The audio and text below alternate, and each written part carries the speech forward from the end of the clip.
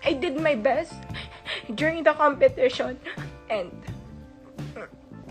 overwhelmed lang talaga. Kaya maraming salamat talaga sa lahat ng nagpapakita ng support at magmamahal sa akin.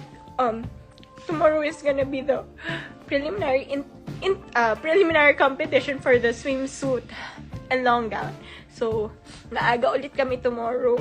Kaya, sabi ko, I just wanna do a quick live to tell you guys na I'm so sorry kung na-disappointment kayo sa akin, but I know na I did my best. I even cut my finger earlier and yung stockings ko puno na din siya ng dugo, but I kept fighting. Kahit wala nang oras, I didn't have time to retouch my hair, to retouch my makeup. Like, I was there. I was running for pins, I was running for scissors, for everything, just to be able to execute, the costume really well. Kaya, maraming salamat talaga, guys, ha. And I think,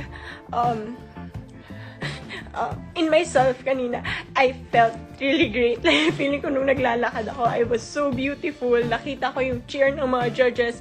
Nakita ko yung sigawan ng mga Pilipino. Kaya, nagpapasalamat talaga ako sa support.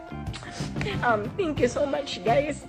And, tomorrow may competition pa tayo. Again, malaking laban ulit. Kaya, pagdasal nyo sana kaming lahat ng mga girls to execute yung pinaka best performance na kaya namin, because our goal really is to make our country proud. Kaya sana maging proud din kayo sa akin, kasi it's never easy, pero kinakaya ko para sa inyong lahat.